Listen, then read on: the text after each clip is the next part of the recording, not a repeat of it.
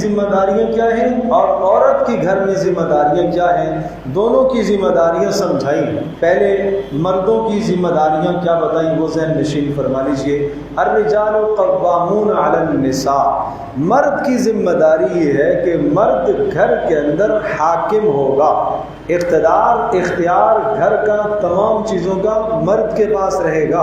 وجہ کیا ہے؟ دو اسباب ہیں۔ نمبر ایک کہ مرد عقل میں، حوصلے میں کمال رکھتا ہے، صبر میں کمال رکھتا ہے، اور نمبر دو مرد چونکہ خرچ کرتا ہے، مال کما کے لانا یہ مرد کی ذمہ داری ہے۔ مزدوری ملازمت کر کے بیوی کے اخراجات کو پورا کرنا یہ مرد کی ذمہ داری ہے، اور بیوی کو ایک کمرے کا مکان بالکل الگ سے اسے دینا یہ بیوی کا حق ہے۔ الگ باتھ روم کے ساتھ، کچن کے ساتھ ایک کمرہ اس کو دینا یہ اس کا حق ہے، اس کی ضرورت ہے۔ جو آدمی یہ بھی پورا نہیں کر رہا تو وہ اس کا حق نہیں گویا کہ ادا کر رہا ہے۔ تو یہ اس مرد کو سمجھایا کہ آپ کے ذمے یہ اس کا نام نفقہ، اس کی ضرورت کے تمام چیزوں کو فراہم کرنا یہ آپ کی ذمہ داری ہے۔ اور دوسرا، اللہ نے آپ کو گھر کا حکمران بنایا۔ اور یہ بات ذہن نشین فرمائیے کہ یہ جو دونوں کی زندگی، گھر کی زندگی ہے، عورت کو بطور مشیر کے مرد کے ساتھ لگایا۔ یہ نہیں کہ عورت کی کوئی بات نہ مانی جائے، نہیں، مرد کو اس سے مشورہ کرنے کا پابند کیا گیا۔ رسول اللہ صلی اللہ علیہ وسلم عورتوں سے، گھر میں خواتین سے مشاورت فرماتے تھے، اور اسے اس بات کا پابند کیا گیا کہ وہ نیک نیتی کے ساتھ مرد کو اچھی رائے دے۔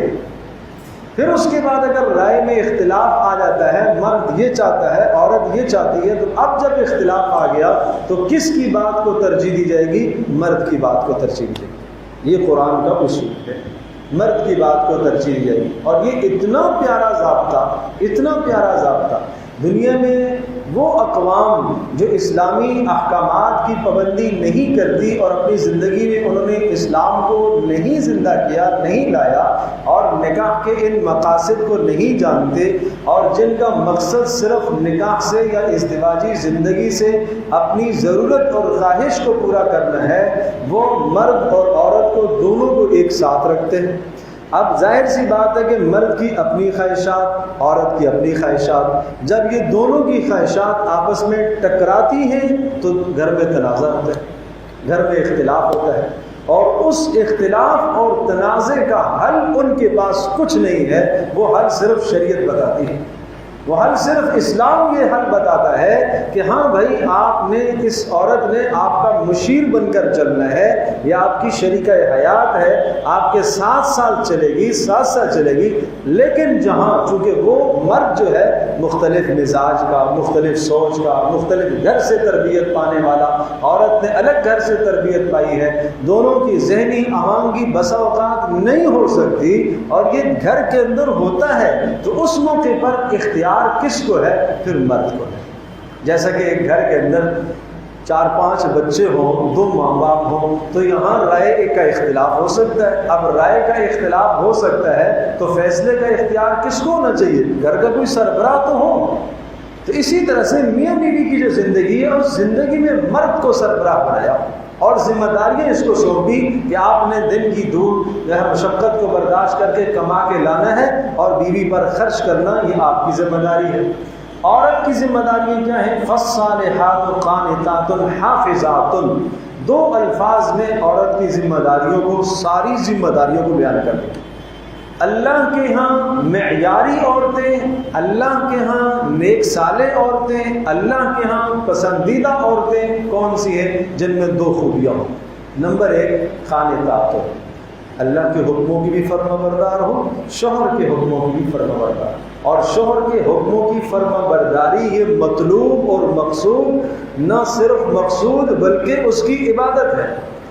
اگر جائز معاملات میں شوہر کی اطاعت کرتی ہے تو یہ عورت کی عبادت ہے، شوہر کی اطاعت کرنا، یہ ویسے نہیں ہے۔ اور ادھر مرد اپنی بیوی کی چاہت کو پورا کرتا ہے تو بیوی کی چاہت کو مرد کی عبادت بنایا۔ کیسے؟ رسول اللہ صلی اللہ علیہ وسلم نے فرمایا تم میں سے سب سے بہترین وہ ہے جو اپنی گھر والی کے ساتھ اچھا سلوک کرے، اور میں تم سب سے زیادہ اپنی گھر والیوں کے ساتھ اچھا سلوک کرتا ہوں، تو بہترین کس سے آدمی بنتا ہے بھائی؟ عبادت سے بنتا ہے، نیک عمل سے بنتا ہے، تو سب سے بہترین کس کو قرار دیا؟ جو بیوی کے ساتھ اچھا برتاؤ کرے۔ اور ادھر فرمایا ایک مرد کی چاہت ہوتی ہے کہ میری بیوی میری فرما بردار رہے، آپ نے فرمایا وہ عورت جو رمضان کے روزے رکھ لے، 5 نمازوں کی پابندی کرے اور اپنے رب کا ڈر اختیار کرے اور شوہر کی اطاعت کرے، جنت کے 8 دروازے اس کے لیے کھلے ہیں، جس سے چاہے داخل ہو جائے۔ تو یہ اطاعت مقصود ہے، کس کی اطاعت کرنا؟ اللہ کی بھی اور شوہر کی اطاعت بھی۔ تو پہلا عورت کا وصف کہیے یا عورت کی ذمہ داری کہیے، اطاعت ہے۔ دوسرا حافظات، حفاظت کرنا۔ کس کی حفاظت کرنا؟ نمبر 1 اپنی عزت کا تحفظ کرنا، اس کی نسبت جس مرد کے ساتھ قائم ہوئی ہے، اب اس مرد کے علاوہ یہ اپنی جنسی ضرورت کہیں اور بھی پورا نہیں کر سکتی، اس کی نظریں جھکی ہونی چاہیے، اس کی نگاہیں جھکی ہونی چاہیے۔ یہ ہے حافظات، حفاظت کرنے والی ہو، اپنی عزت کا تحفظ کرنے والی۔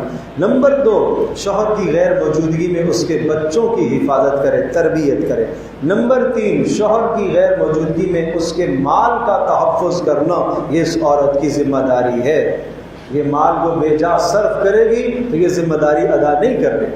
اور نمبر 4 یہ شوہر کے رازوں کی محافظ ہے، شوہر کے رازوں کی بھی حفاظت کرے، یہاں کی باتیں وہاں لے جا کر میکے جا کے ذکر کرنا، میکے کی باتیں یہاں لے کے آنا، جس سے دنگا فساد پیدا ہو اور اس کے دل کے اندر بات ٹکتی نہ ہو، تو اس کا مطلب یہ ہے کہ اس نے حفاظت نہیں کی۔